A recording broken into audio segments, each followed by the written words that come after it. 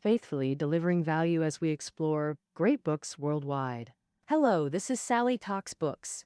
Today, I'll interpret for you the novel The Years by French author Annie Ernaux. We each transform our past experiences into memories, treasuring them privately. For writers, memory is personal literature. For philosophers, memory is the mother of wisdom. Forgotten memories in our minds need salvaging. Recollection can be triggered by concrete things, a photo, diary page, or old object, suddenly reviving fragments of life's memories. Today's subject, Annie Ernaux, 2022 Nobel Literature Laureate, is a master of memory writing. Born in 1940 to a working-class family in Normandy, a provincial lower-middle-class French household with uneducated parents, she ascended to middle class through higher education. She later taught high school and worked long-term at France's Distance Education Center. She began formal writing in her 20s. For nearly half a century thereafter, she chronicled her remembered experiences, with each novel containing deeply personal life episodes. From her works, we learn she had sexual experiences before 20, married in her early 20s, bore 2 sons, then saw the marriage gradually cool. She ultimately divorced in the 1980s during her 40s. Despite entering the middle class, she never forgot her humble childhood and austere adolescence. Her 1974 debut novel, Cleaned Out, drew from her youth, including an illegal abortion experience. In 1983, she published A Man's Place, about her father, depicting a resilient, pragmatic, yet detached man, uneducated and emotionally distant from family. In rural France, he ran a grocery and cafe, laboring tirelessly for the family's livelihood. This book earned Ernaux France's Prix Renaudot and readers' deep affection. Published in 2008, The Years was the first Ernaux work introduced to China.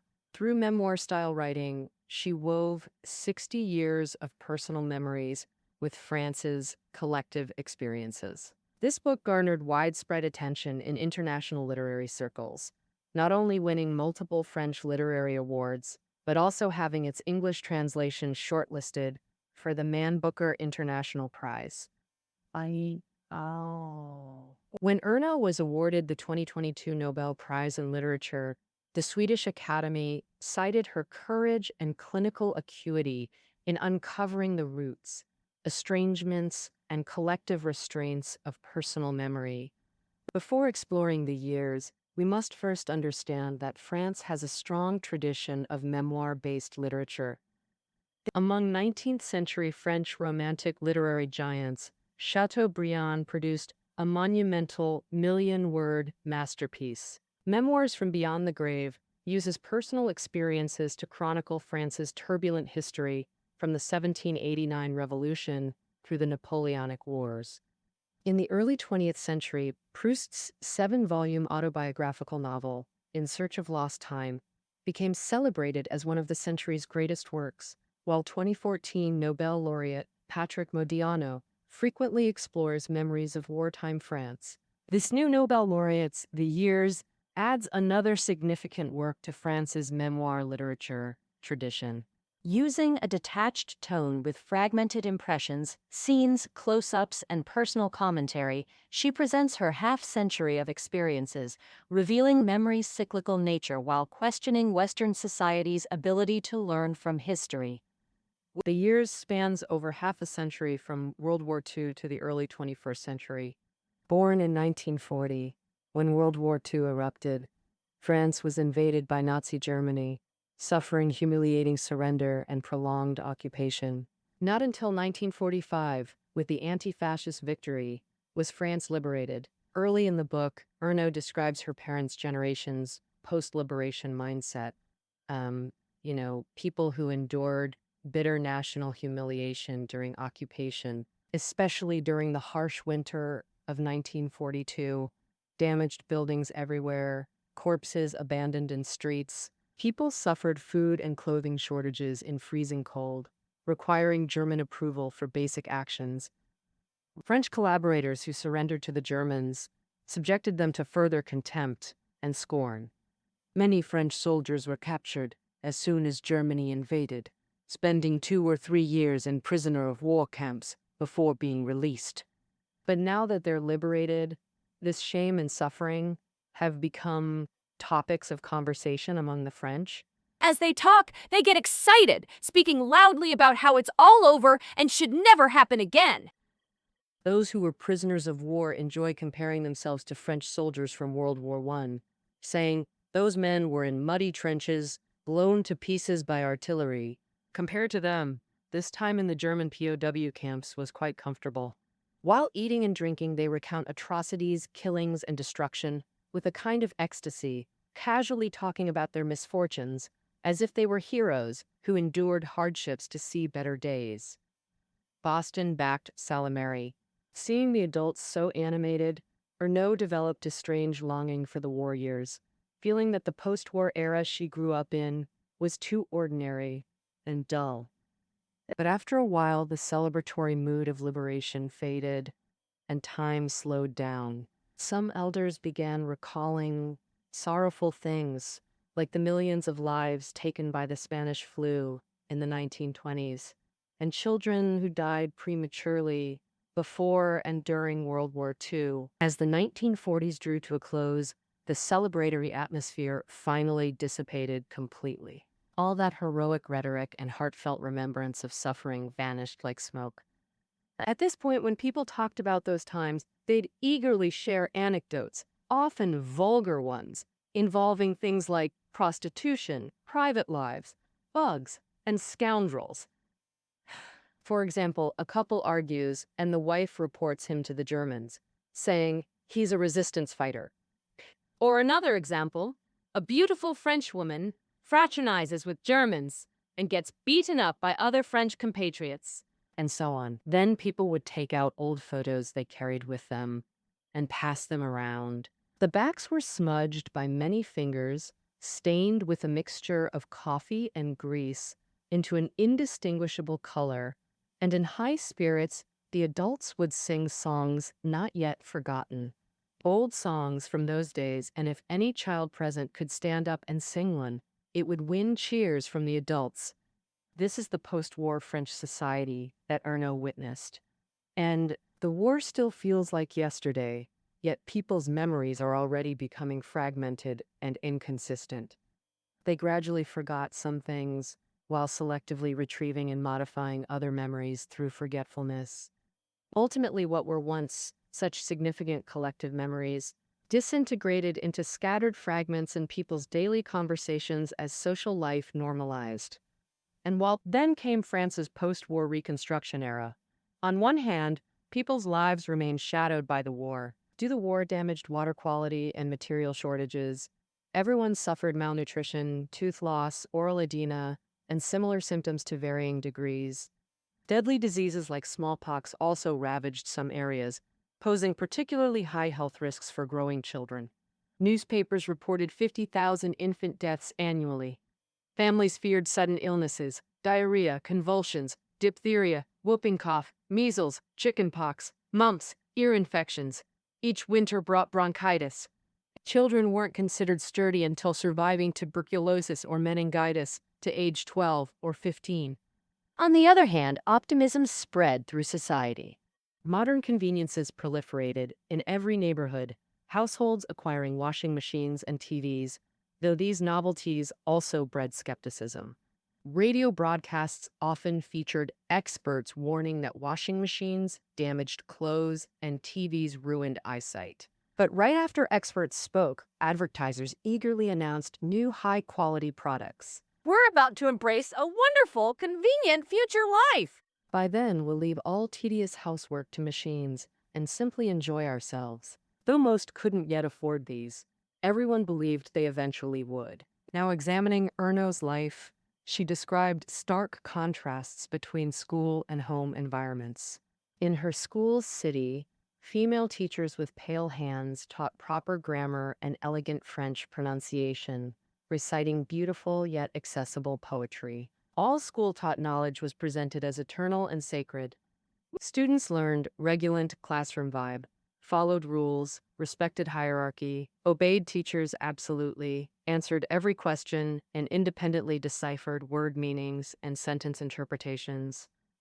The school year ran from October to July, with students progressing grade by grade. But upon returning to her Normandy home, the atmosphere of order, etiquette, refinement, and dignity felt at school instantly vanished.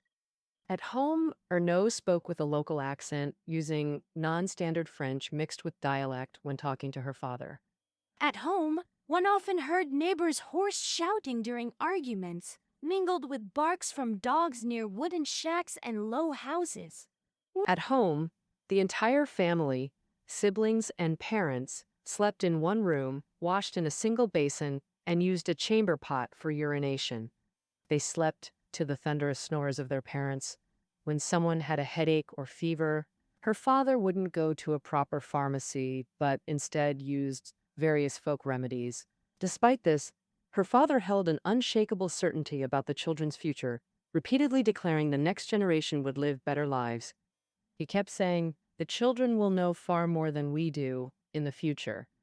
Amidst these contrasts, time moved into 1954, nearly a decade post-war, with war-damaged cities largely rebuilt. Memories of deprived childhoods gradually faded.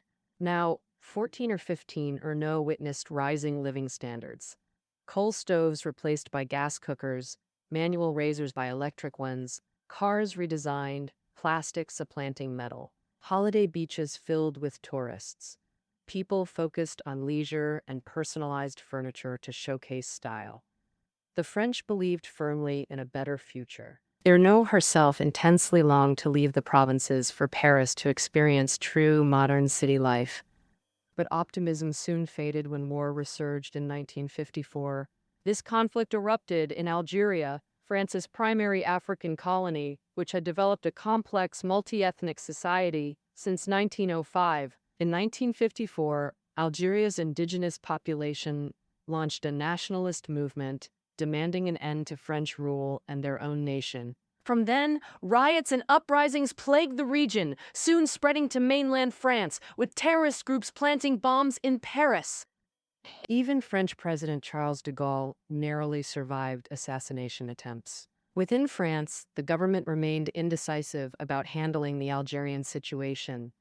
Different parties and factions argued fiercely with divided opinions. The Algerian unrest prompted Ernaux to start caring about the world beyond school. Meanwhile, growing older and physical development drove her to venture into the adult world. Whether in the public political sphere or private life, Ernaux felt peaceful happiness was fleeting, while life's fluctuations and reality ideal. Contrasts remained ever present. Admitted to university, she experienced a perfect summer before enrollment, her first time away from parental supervision, at camp with peers. At camp, they smoked cigarettes and sensed alluring attraction to the opposite sex during dances. As the holiday ended, they hastily experienced forbidden intimacy on camp beds. Yet adventurous joy soon turned to anxious excitement, followed by shame. Young women felt constantly observed and judged. Many individuals and institutions restrained them to protect adolescent girls, demanding proper behavior and modest dress. Mothers intensified surveillance, practically monitoring their daughters' every move until marriage. Many of Ernaux's classmates, having enjoyed little freedom, hastily married after becoming pregnant. Entering the 1960s, the war finally concluded. As France reluctantly recognized Algerian independence, domestic chaos gradually subsided. Ernaux observed the French re-entering the post-war cycle, learning to forget while salvaging memories from that forgetting. While telling each other it's all over, they silently acknowledged Algeria's independence proved France's national failure. But now in the 60s, material progress accelerated rapidly. Ernaux noted how the accelerating influx of goods pushed the past into the background. People didn't question items' uses, just wanted ownership. Scarcity anxiety vanished, replaced by pain of insufficient purchasing power. Market prosperity made people feel freedom had arrived. Middle-class homes featured premium coffee pots and tunable radios. High fidelity, aspirational tone. applying for telephone installation, frequently antique shops, occasionally taking flights, reading magazines like Playboy and The New Observer, and daydreaming over luxury home showroom photos in ads. However, right within this trajectory of materialism and consumerism, a new round of division and turmoil began. With the outbreak of the Vietnam War, the unfolding of America's civil rights and black movements, and the Six-Day War in the Middle East in 1967, France's youth and working class ignited a wave of rebellion. They went wild with rock music, fueled by alcohol and drugs, determined to challenge the older generation, parents, and the social order established by the stable middle class.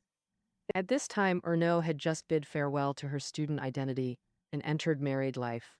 She had two sons successively, secured a stable job as a middle school teacher, had her own bank account, and her social circle became completely different from before. She had to devote most of her energy to raising her children.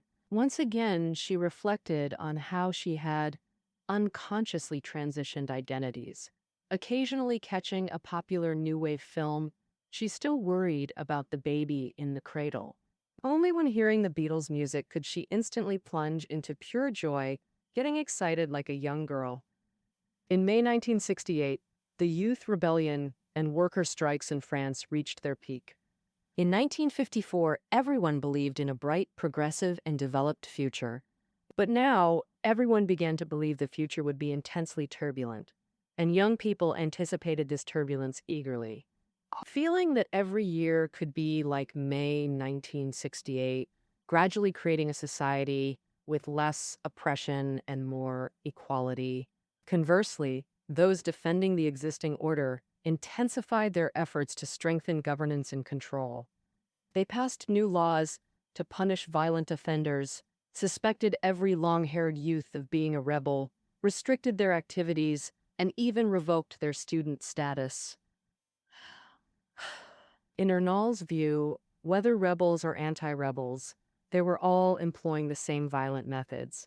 No action was justified or forgivable, whether believing in progress or turbulence. After experiencing wars, divisions, and turmoil, the French didn't truly mature. As time rolled into the 70s, Ernaux returned to themes of memory and forgetting. She observes that people in their 50s now discuss the war not by recalling its social atmosphere, but through self-aggrandizing personal anecdotes. These stories have been repeated at least 30 times by everyone, becoming their sole war memories. As for the recently past 60s and the turbulent May 1968 uprising, shouldn't people remember them vividly? But Ernaux tells us no. May's passion faded faster than expected, because consumer society had truly arrived in the Western world. In this society, everything revolves around money and purchasing. For an individual, basic survival means constant payment, while material products keep advancing. Refrigerators got double doors, cars became lighter, color screens gained higher resolution, making their worlds more beautiful. Color photography's popularity phased out black and white images. Advertising segmented product functions and multiplied choices. Thus, people immerse themselves in brands, hues, flavors, and fashions, obsessing daily over earning and spending money. In the 60s, popular music urged people to care about global politics and rebel against systems. But in the 70s, even listening to 60s music was just vacation ambiance. So, within consumer society's atmosphere, stimulated by leisure and entertainment, humanity's forgetting mechanism accelerated. After 1974, new President Valéry Giscard d'Estaing declared France would become an advanced liberal society.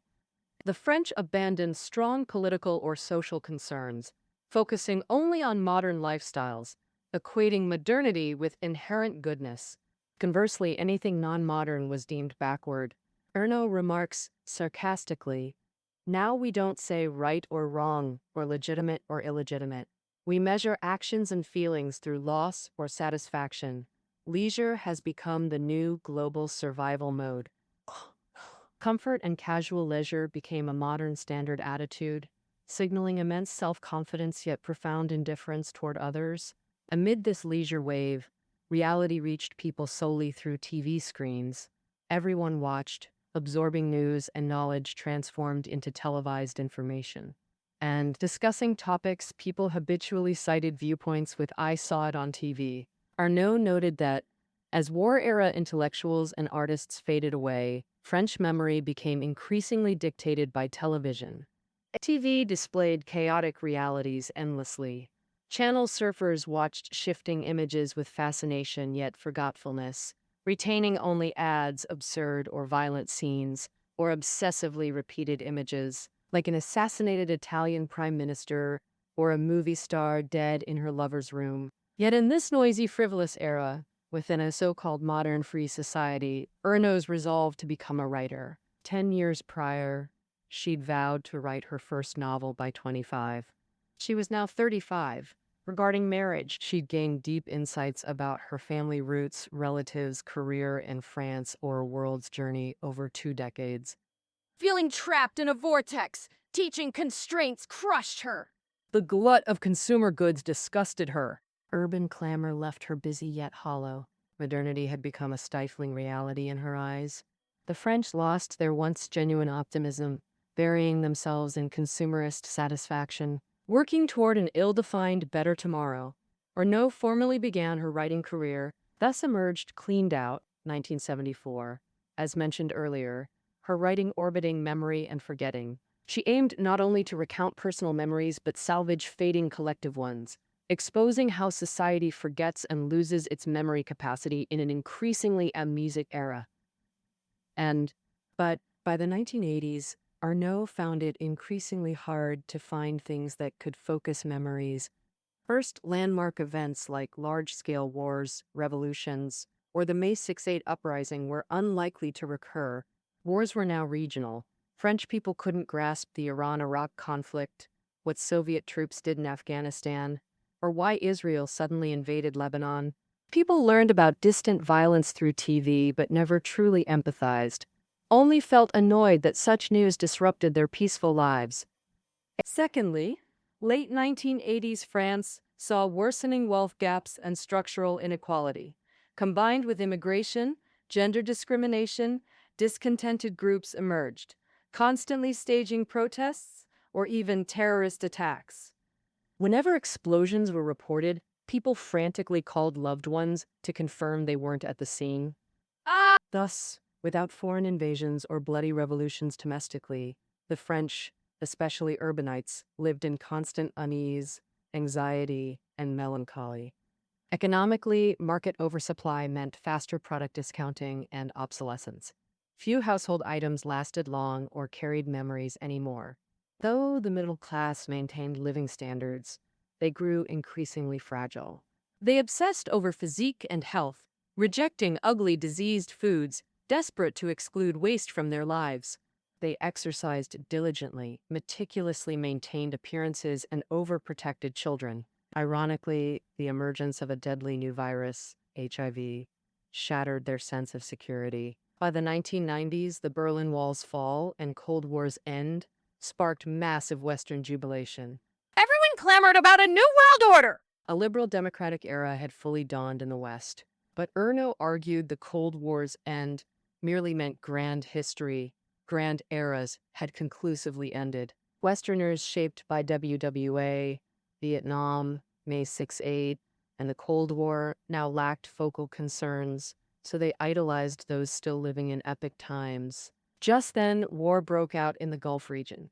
Westerners briefly saw Iraqi dictator Saddam Hussein as a new Hitler, with the media constantly clamoring for severe punishment. And Saddam wanted to wage a just war like the anti-fascist war outside the scope of the Western world. In this gradually settling 80s, Ernaux's own life entered a new phase. She divorced, had a new partner, and lived with her 2 sons. She watched her children become adults, falling in love and engaging in sexual adventures. Watching young people enthusiastically discussing home computers, sensing an era, the illumination of the previous era became increasingly ruthless. Ernaux wrote that the excitement of various world events faded, and unexpected things became tiresome. She felt something elusive controlling us. The stunning space lost its familiar outline. When the Berlin Wall fell in 1989, Germany reunified, and soon after the Soviet Union collapsed, ending the US-Soviet rivalry. Ernaux felt that the history her generation could narrate ended here. As the narrative of the years entered the 90s to the early 21st century, Ernaux said she could no longer find any public memory that lasted long. People had become experts at forgetting. Even an event like the July 25, 1995 bombing at Paris's Saint-Michel station, which caused over 90 casualties. Such a major event just made noise for a while and then passed. Only the death of former French President Mitterrand in January 1996 brought people together again. But gathering was also a way to feel loneliness, as people realized this was an era of farewells, saying goodbye to established history, while the future was completely unpredictable. Ernaux said the 90s had no special significance. Looking back, it felt like just years of disillusionment. People learned piecemeal about abuses in Gaza and the West Bank, Chechnya, Kosovo, Iraq, Algeria, and other places. Besides, what could be remembered was Princess Diana dying in a car crash, the Clinton-Lewinsky scandal. As we crossed the threshold into the year 2000, nothing special happened. It was just the year changing from 19-something to 2000-something, causing inevitable errors when writing checks. Then came September 11 in 2001, planes hitting the Twin Towers, over 5,000 deaths, leaving no time for thought, just fear of a vague force permeating the world, poised to commit the cruelest acts everywhere on Earth. As the years nears its end, Ernaux increasingly uses aphorisms to reveal this era's truths. She notes people adapted instantly to computers, phones, iPods, and GPS, yet this makes imagining life a decade hence impossible. Feeling anxiety about adapting to future technologies. She says we open computers feeling we might possess all knowledge, only to dump it crudely into blogs. This era's rhythm, she observes, is the mouse's swift click on screens. To this beat, we frantically hoard every accessible photo and image. Yet once stored in folders, they're rarely reopened. Ernaux argues consumer society peaked. People desire yet loathe objects, trapped in year-end mall rushes as if Christmas justifies existence. In this new century, events become news, and search results, reality manufactured and spread by media. Memory and forgetting processes are now media-controlled. People appear omniscient, yet estranged from everything. Every day, media tells us historical anniversaries, births, deaths, landmark speeches. Chernobyl exploded today. World War II ended today. Unreported events might as well not exist. As Ernaux writes, she records these impressions to reconstruct a shared era and restore history's true meaning. Indeed, her prose seems effortless, but every product, brand, and cultural reference is meticulously chosen, common touchstones of collective memory. In this sense, the years ain't just a blend of autobiography, personal memories, and historical storytelling. It makes the novel feel more like a record of the world's journey, a big burst of French collective memory. Oh, it's worth noting that Ernaux visited China in 2000. When she wandered in awe through Beijing and Shanghai, everything she saw firsthand totally flipped Western propaganda on its head. Oh, the biases formed in her mind. In this world, ever present in the endless river of time, and it's forever unfinished, always their mysterious shape. All right, that wraps up our take on Annie Ernaux's The Years. Check out the notes below the audio, and we'll catch you next time.